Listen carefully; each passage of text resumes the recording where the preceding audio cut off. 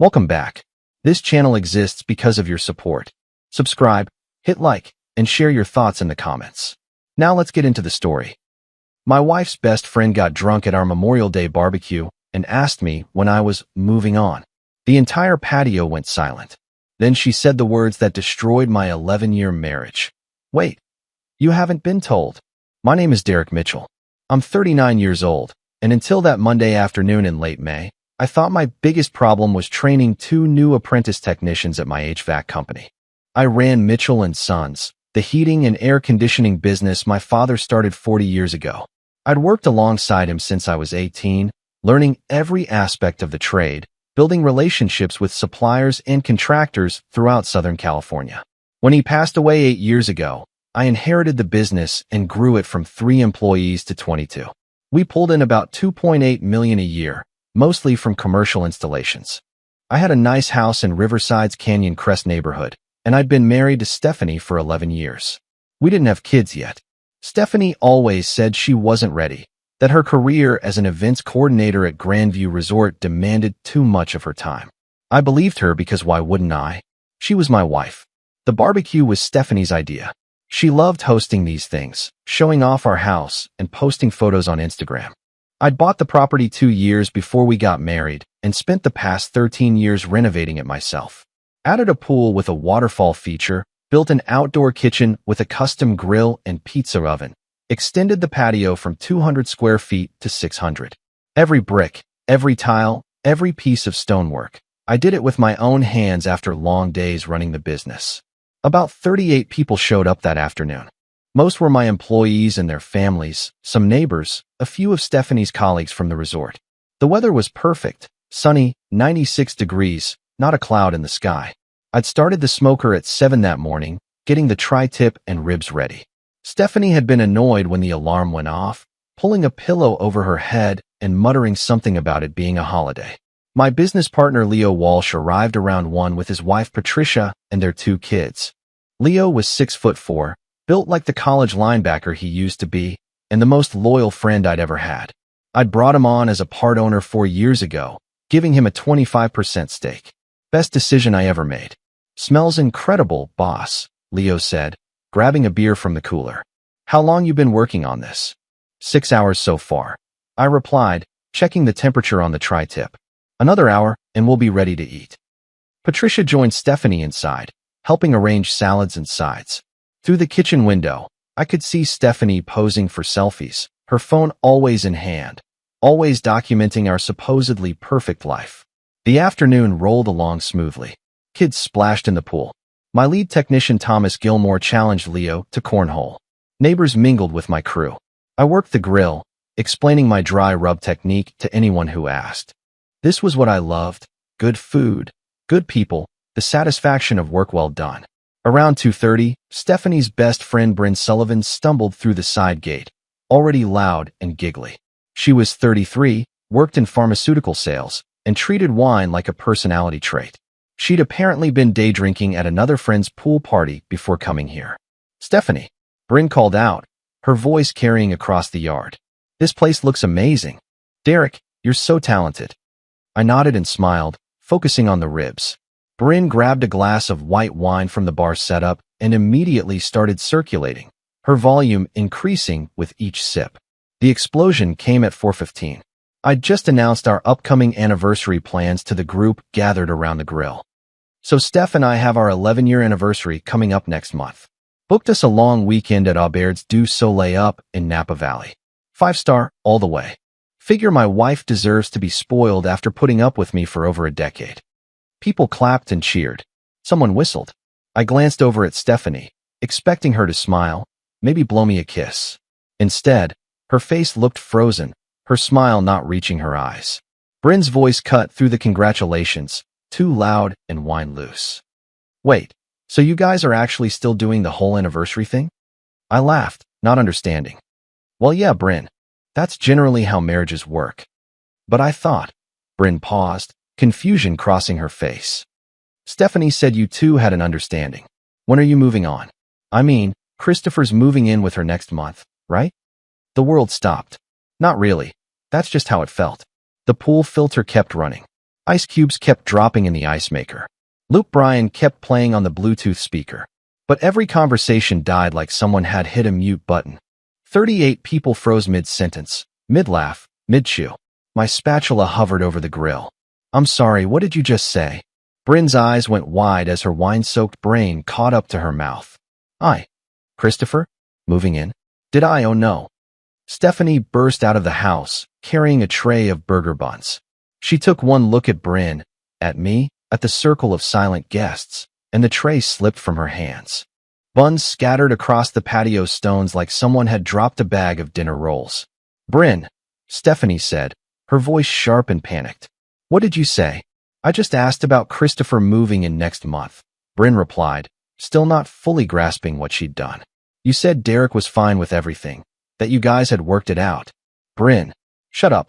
Right now. My heart was pounding. Christopher who? Bryn looked between us, recognition finally dawning. Christopher Dalton? Your wife's boyfriend? The guy she's been seeing since last August? Someone gasped. A phone clattered to the concrete. One of the neighbor's kids asked why everyone stopped talking. Patricia covered her mouth with both hands. Christopher Dalton from your work? I asked Stephanie, my voice sounding distant to my own ears. Your boss's boss? Derek, please, Stephanie said desperately. Can we talk inside? How long? This isn't the place. How long, Stephanie? She didn't answer. Bryn, apparently deciding that since she'd already detonated the bomb, she might as well keep going, filled the silence. 10 months? Since that summer resort conference in Palm Desert. You were installing AC systems at that hospital project, remember? Those 90-hour weeks? I did remember. August through September of last year, we'd landed a major contract for a new medical complex. I'd been running 2 crews, working dawn to dark, coming home exhausted. Stephanie had been understanding. Supportive, even.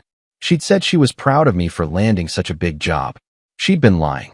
Leo stepped forward, his hand landing on my shoulder. Derek, buddy, maybe we should. I shook him off. No. Everyone stays. I want witnesses. Stephanie's face went pale. Derek, you've been sleeping with someone else for 10 months. My voice sounded calm, which was strange because my hands were shaking. 10 months of looking me in the face every morning. 10 months of kissing me goodbye. 10 months of lying. You're never home. Stephanie shot back, tears starting to stream. You chose your business over us. I built this business for us. I gestured at the house, the yard, everything I created. This house, this life, all for us. I needed someone who actually saw me. Did you try telling me you were unhappy? Even once. Stephanie opened her mouth, then closed it. She had no answer because we both knew the truth. She'd never said a word. Bryn, drunk and apparently committed now, kept talking. She's been planning to leave since February. We went to that divorce lawyer together in San Bernardino. She showed me the papers and everything. Bryn, Stephanie spun on her friend, fury replacing tears. I told you that in confidence. You also told me Derek was okay with it. Bryn's voice rose, her own anger surfacing. You said he was seeing someone too. You lied to me. I stared at my wife. Our anniversary trip. Were you even planning to go? Silence. The master bathroom I just finished renovating. That was for him, wasn't it? You were going to bring him here. This is my home too. Was any of it real?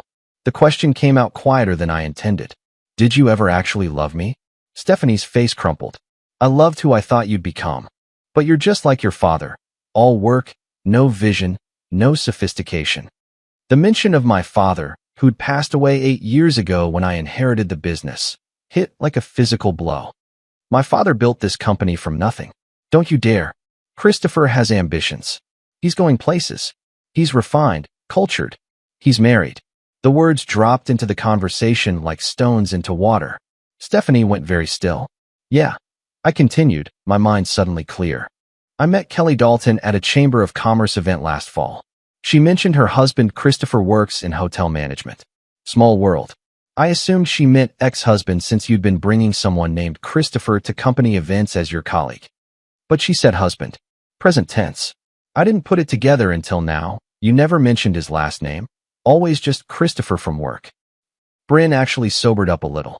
Wait, Christopher's married. They're separated. Stephanie insisted. He's getting divorced. Is he? I looked directly at her. Because Kelly told me they were working through things. That was 8 months ago? The crowd murmured. Some people started edging toward the gate, clearly uncomfortable but unable to look away. Thomas Gilmore stood perfectly still, taking in every word. I knew he'd remember all of this. The man had a mind like a steel trap. Leo spoke up, his voice quiet but carrying across the yard. Tell him about the money, Stephanie. Stephanie's head whipped toward Leo. How do you? Your Apple Card statement fell out of your purse last month at the company cookout. I picked it up to hand it back. Couldn't help seeing the balance. $23,000. Derek doesn't know about that card, does he? My stomach dropped. What Apple Card? It's for emergencies, Stephanie started. It's her escape fund. Bryn interrupted. She was on a roll now, wine-drunk and righteously angry. She's been pulling cash advances and buying Visa gift cards to hide money. She told me all about it. I felt like I was watching this happen to someone else. Like I was floating above my own body, watching Derek Mitchell's marriage disintegrate in front of 38 witnesses while meat continued smoking on the grill behind him. So, I said slowly, affair for 10 months. Divorce planning for 3 months.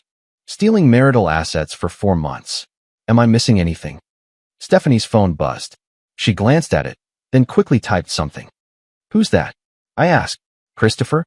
She didn't answer, which was answer enough. 15 minutes later, an Audi pulled into my driveway. A man got out, early 40s, silver hair perfectly styled, wearing designer casual clothes that probably cost more than my monthly mortgage. He walked around to the backyard like he'd been here before. Maybe he had been. Every conversation that had cautiously resumed stopped again. Stephanie, the man said, his voice smooth and concerned. Are you okay? You sounded upset. So this was Christopher Dalton. Christopher Dalton, I presume? I set down my spatula with exaggerated care. He extended his hand like we were meeting at a business conference. We should talk, man to man. Get your hand out of my face, I said quietly, and get off my property. Leo moved to stand beside me. At 6'4" and 240 pounds, he made an effective statement without saying a word. Christopher had the sense to lower his hand.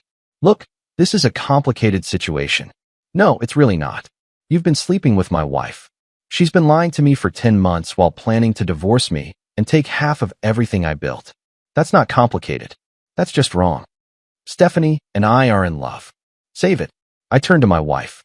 Stephanie, pack a bag. You're leaving tonight. This is my house too. I bought it before we met. My name is on the deed. Every renovation, every improvement, my money, my labor. You're a guest who's overstayed her welcome. Leo addressed the crowd. Party's over, folks. But before you go, if anyone's willing to give a statement about what you witnessed here today, talk to Derek or me this week. We'd appreciate it. 23 people immediately volunteered.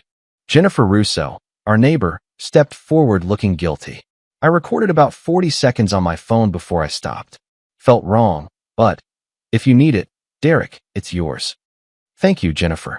Patricia Walsh stayed, her nurse's training kicking in as she gently guided me to sit down.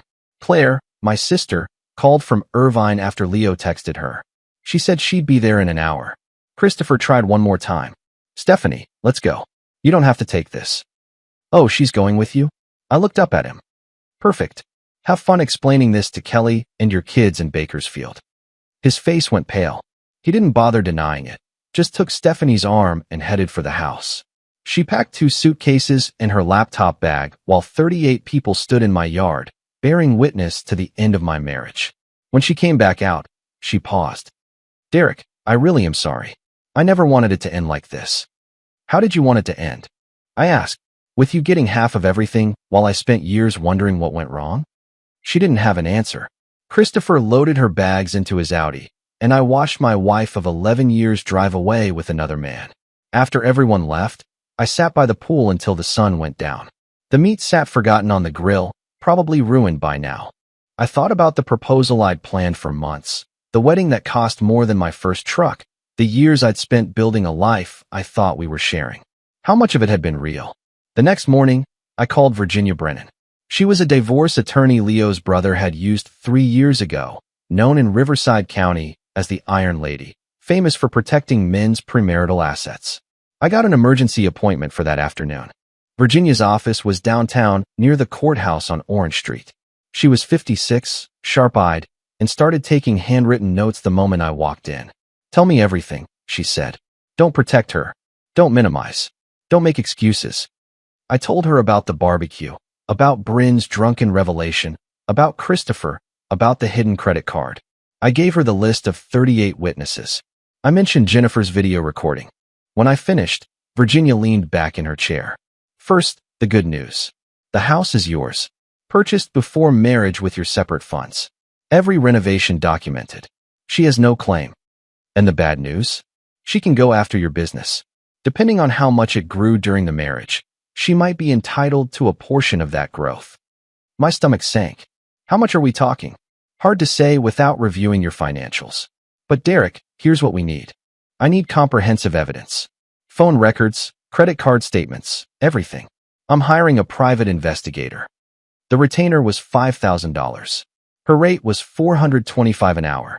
The private investigator would cost another $2,000. "Whatever it takes," I said. The PI was a retired police detective named Frank Cordero. Over the next 3 weeks, he uncovered everything. Christopher Dalton was still legally married to Kelly Dalton. No divorce had ever been filed. He was behind on child support, $8,200 in arrears. He had $67,000 in credit card debt. And he was also texting with a hotel manager in Las Vegas named Simone. Stephanie had opened a secret checking account at Wells Fargo in January.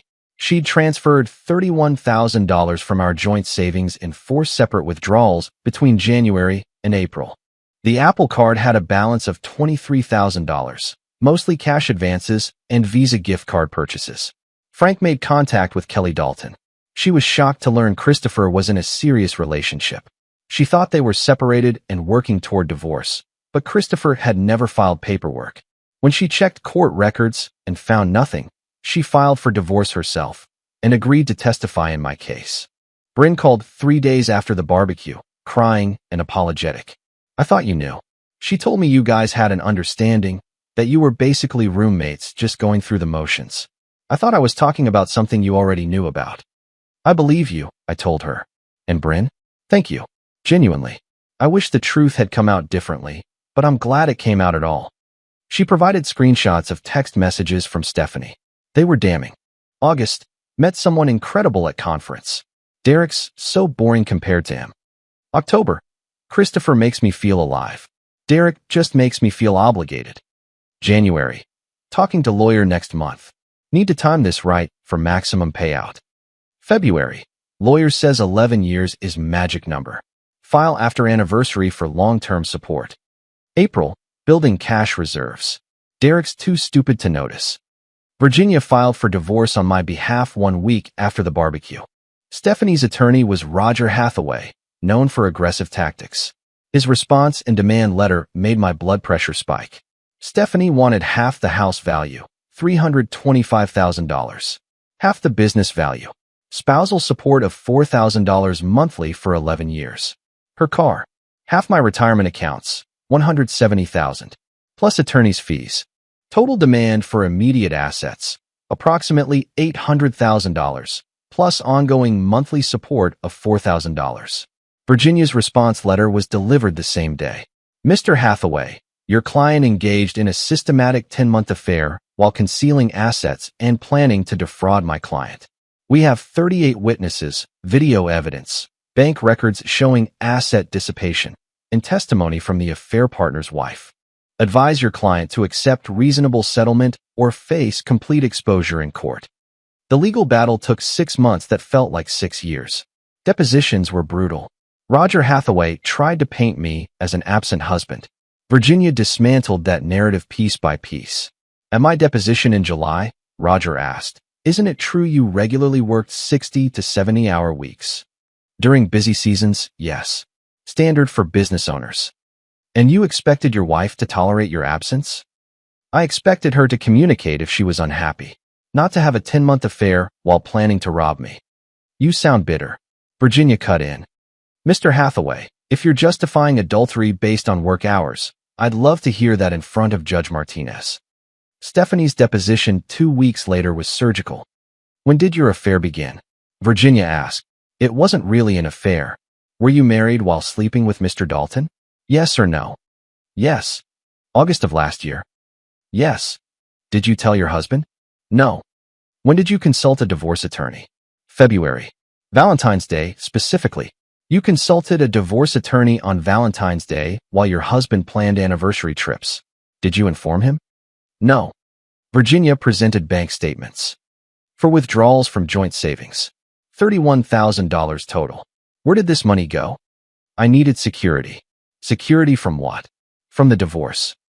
So you were taking marital assets to prepare for a divorce you hadn't disclosed? Stephanie's tears didn't help her case. Christopher Dalton's deposition was swift and devastating. Mr. Dalton, are you currently married? Virginia asked. Technically, yes, but separated. Have you filed for divorce? Not yet. So you lied to Mrs. Mitchell about being divorced. These text messages show a 6-month relationship with Simone Ferretti in Las Vegas. Were you seeing her while dating Mrs. Mitchell? Christopher's face went pale. It's complicated. You're behind on child support. You carry $67,000 in credit card debt. You sold Mrs. Mitchell a fantasy that never existed. Roger objected repeatedly, but the damage was done. Kelly Dalton's testimony was devastating. She described Christopher's pattern, at least 3 affairs she knew about. Same script every time. Promises to leave, never follows through, moves on to someone new. Mrs. Mitchell isn't unique, Kelly said. She's the latest in a pattern. Christopher likes the fantasy. But when reality sets in, bills, responsibility, consequences, he disappears. Roger Hathaway tried to negotiate. Virginia refused everything. We want a trial. The trial lasted 3 days in November. Day 1, I testified about the house I bought before marriage and renovated myself. My accountant showed how the business grew from my pre-marriage reputation. Leo testified about Stephanie's lack of involvement. In 4 years as Derek's partner, she came to 1 Christmas party. That was it. Day 2 brought witnesses from the barbecue. Thomas Gilmore described the moment precisely. Mr. Mitchell looked devastated. Mrs. Mitchell admitted everything in front of everyone. Jennifer Russo's 40-second video played in court. Stephanie's voice. I needed someone who saw me. My response. Did you try telling me you were unhappy? Her silence was damning. Bryn Sullivan testified with obvious remorse. She told me Derek knew, that they had an understanding. When I mentioned Christopher at the barbecue, I thought it was safe conversation. Derek's face, he had no idea. Did Mrs. Mitchell discuss divorce plans with you? Extensively. She needed to wait until after 11 years for maximum alimony. She talked about hiding money. She was calculating everything. Kelly Dalton's testimony destroyed Christopher. 19 years married. He's had 3 affairs I know of. Promised to leave each time, never did. He's $8,000 behind on child support. Day 3 was Stephanie's turn. Roger walked her through years of feeling neglected. Virginia's cross-examination was brutal. Did you ever tell your husband you were unhappy? Not directly. Did you suggest counseling? No. Did you contribute money to house renovations? No. Labor? No. Virginia read from texts. Derek's too stupid to notice. That's you. Talking about stealing money from your husband. Need to time this right for maximum payout. Does that sound like someone who wanted to save their marriage? Stephanie cried. Roger objected. The text messages spoke for themselves. Judge Martinez, after reviewing everything, delivered her verdict. Your Honor, Mrs. Mitchell engaged in calculated deception for 10 months. She didn't communicate. She exploited trust. She didn't seek counseling. She sought an affair. She didn't request fair division. She hid assets while planning to demand half of everything. The law doesn't reward this behavior. Judge Martinez took 2 hours to render her decision. I've practiced family law for 30 years, she began. I've seen contested divorces that could have been avoided with communication. This is not that case. Mrs. Mitchell's behavior was calculating, deceptive, and in bad faith. She went through the evidence, the affair, the secret planning, the hidden assets totaling over $50,000, the lies to friends and family. Mr. Mitchell purchased the residence before marriage with separate funds. He renovated with his own labor and separate business funds. The house remains his. Mr. Mitchell worked in his family's HVAC business from age 18, establishing industry expertise and relationships before marriage.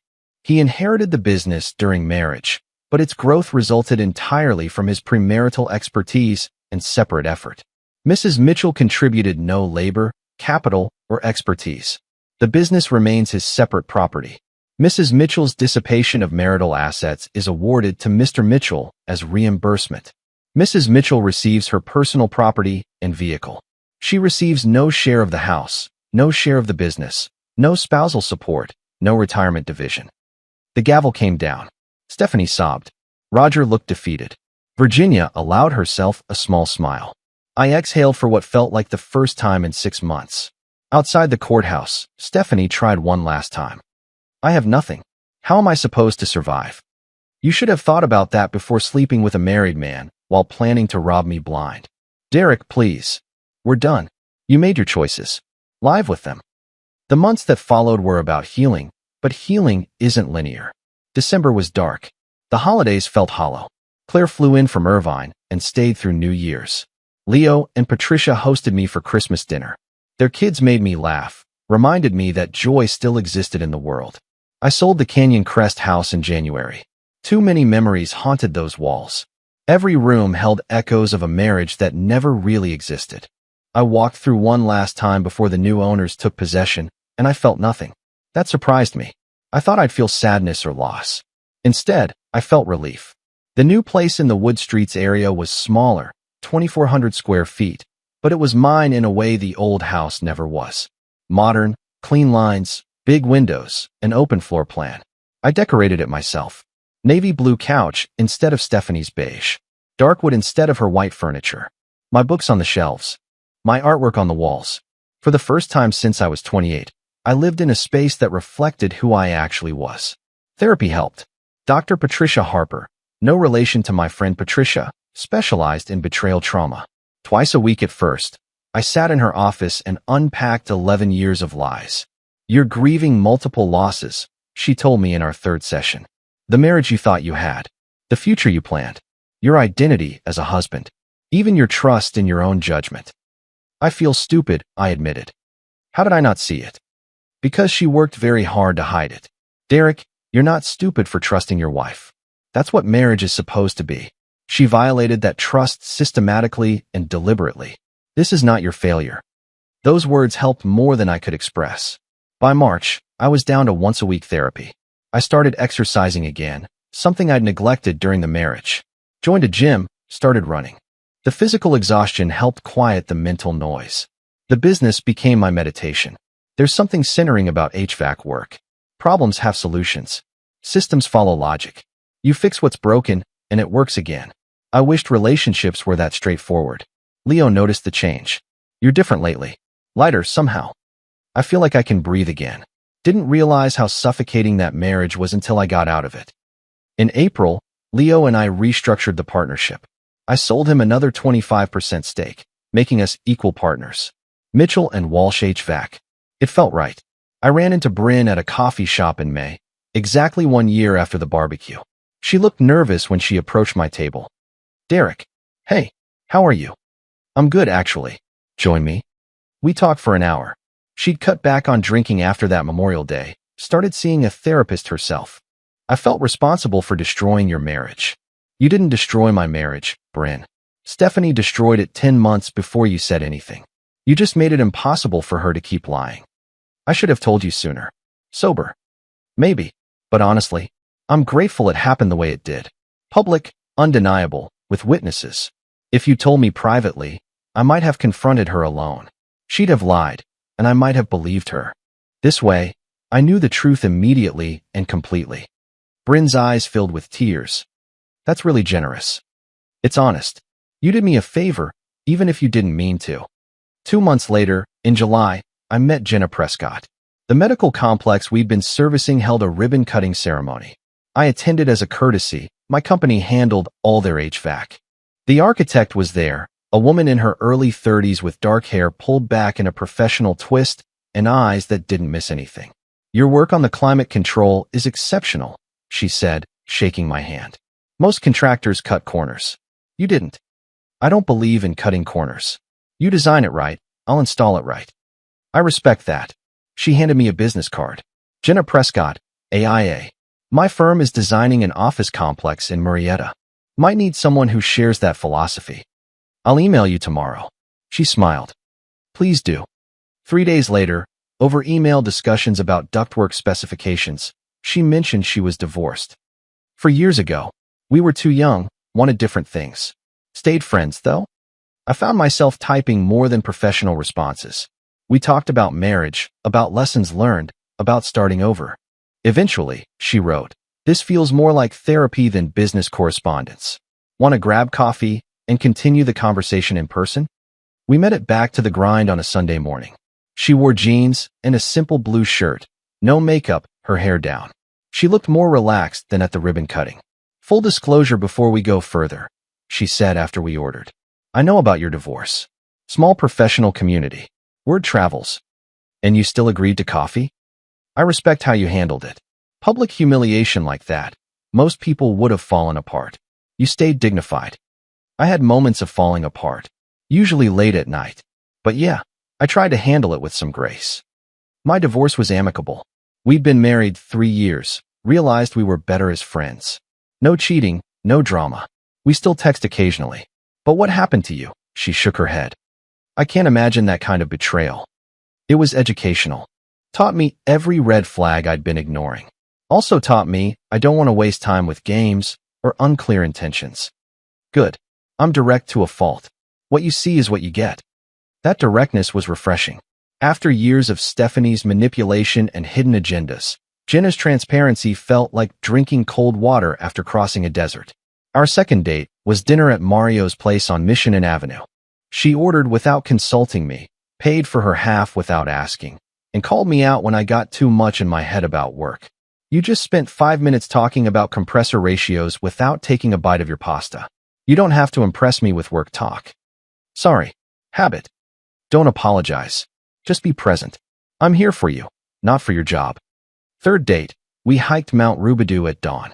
The conversation flowed easily. Childhood stories, career ambitions, books we'd read, places we wanted to travel. She made me laugh. Actually laugh, not the polite chuckles I'd given Stephanie. "You're fun," I said at the summit, watching the sunrise. "So are you. Your ex-wife was an idiot." She wanted someone more sophisticated, more cultured. Cultured is overrated. Give me someone real over someone polished any day. By September, we were exclusive. She met Leo and Patricia in October. Leo pulled me aside afterward. "I like her. She's got substance. And she doesn't look at you like a bank account." Claire met Jenna in November. My sister, never one to sugarcoat, told Jenna straight out, "Derek's been through hell. If you're not serious, walk away now." Jenna didn't flinch. "I'm serious. Your brother is one of the most genuine people I've met. I'm not going anywhere." Claire hugged her. Later, she told me, "Finally, a woman with substance. Don't mess this up." Planning not to. The relationship felt different from the start. When Jenna was upset, she said so. When I was withdrawn, a trauma response I recognized from therapy, she called me on it gently but firmly. "You're pulling back. What's going on?" "Just thinking about work." "No, you're thinking about Stephanie. I can tell the difference. Talk to me." So I did. I talked about the triggers, when I saw couples on social media, when I drove past the old house, when trust issues crept up unexpectedly. She listened without judgment, asked questions, gave me space when I needed it, and pulled me close when I didn't. "I'm not her," Jenna said one night in late November, 18 months after the barbecue. "I won't lie to you. I won't hide things. If I'm unhappy, you'll know. If I want something, I'll ask. You don't have to read my mind or guess my intentions. That's all I want. Honesty. Then that's what you'll get." 18 months after the Memorial Day barbecue, I ran into Thomas Gilmore at the Home Depot in Temecula Valley. "Derek, how are you, man?" "I'm doing really well, actually." "That's great to hear. That whole situation was brutal to watch." "It was. But honestly, best thing that could have happened. Forced me to face reality." "That's a mature perspective. Took me a while to get here. But I'm grateful now. Sometimes things need to completely fall apart before you can rebuild properly." That evening, I sat on the patio of my new house. Scout, Jenna's rescue dog, dozed at my feet. Jenna was inside making dinner, humming along to music. I thought about that Memorial Day afternoon. About Bryn's drunken question. About 38 witnesses watching my world implode. I was humiliated, devastated, lost. But I'm grateful it happened that way. Grateful for the witnesses who saw the truth. Grateful for Bryn's accidental honesty. Grateful for Virginia's competence. Grateful for Leo's loyalty. Grateful for Claire's support. Most of all, I'm grateful I found out. Because Stephanie would have kept lying. She would have divorced me on her timeline, taken half of everything I'd built, and I'd have spent years wondering what I did wrong. Instead, I got the truth. Painful, public, undeniable truth. And from that truth, I rebuilt. New house. Equal partnership with Leo. A relationship with a woman who values honesty. Peace of mind. My advice to anyone going through something similar: don't ignore your gut. Don't make excuses for behavior that makes you uncomfortable.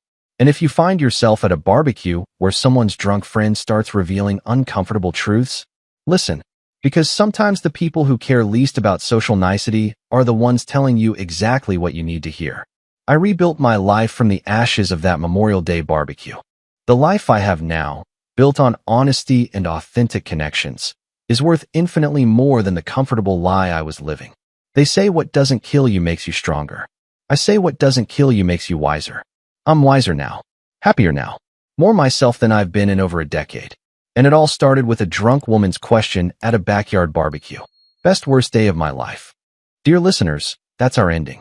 If it resonated, subscribe to support the channel. See you next time.